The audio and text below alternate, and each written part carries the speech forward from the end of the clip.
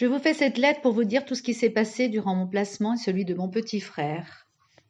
Au foyer, les 2 premières semaines, mon petit frère a été très malade à cause du placement. Ça le rendait très triste. Il a perdu 2 kilos. Il ne mangeait plus, ne buvait plus.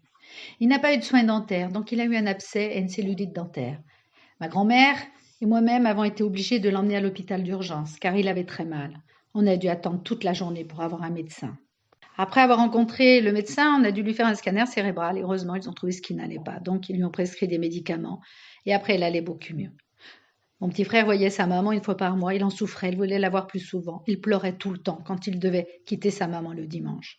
Et puis, il a manqué 3 semaines d'école. Heureusement, ça ne l'a pas trop perturbé au niveau des cours, car c'est un enfant très intelligent. Il comprend vite. Depuis que j'ai été déplacée chez l'assistante familiale, mon petit frère pleure car il est triste de ne plus me revoir. Il souhaite me rejoindre là où je suis. Les éducateurs disent que par moments il va bien, mais par moments il va très mal et il pleure beaucoup. Dans le foyer d'urgence, je me faisais insulter, on me frappait. J'ai été déscolarisée pendant 2 mois et ça m'a beaucoup perturbée, surtout en anglais. Les éducateurs étaient tout le temps dans leur bureau, ils ne s'occupaient pas de nous. Dans l'annexe, les éducateurs nous parlent mal. Ils disent « ferme ta gueule, je vais te défoncer », etc.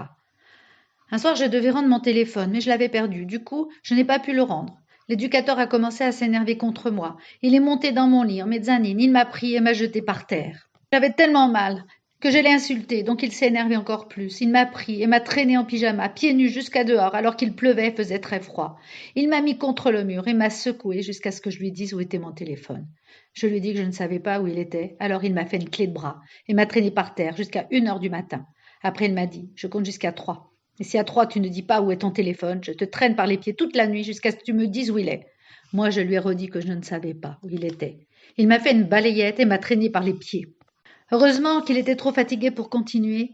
Et après, il m'a tenu par les bras pour que je lui dise une dernière fois où était mon téléphone. Et je lui ai redit que je ne savais pas où il était. Et après, il m'a fait rentrer dans ma chambre en disant que j'étais folle et que je manipulais les gens.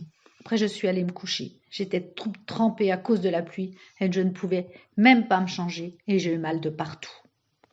Quand je l'ai dit à la directrice de la maison d'enfants, ce que m'avait fait l'éducateur, elle a trouvé ça normal. Et la directrice a éclaté de rire en disant que j'étais une menteuse et une manipulatrice. Depuis, j'ai été déplacée vers une assistante familiale, une dame très gentille qui m'a aidée à comprendre les choses. Avec elle, je peux parler de choses que je n'ose même pas dire au psychologue. Si j'étais encore placée, je voudrais rester chez elle et que mon petit frère vienne aussi chez elle pour qu'on soit tous les deux. Ce placement a détruit mon année de 5e, mais vous ne détruirez pas mon année de 4e, car moi je compte bien faire des études et ne pas devenir une délinquante.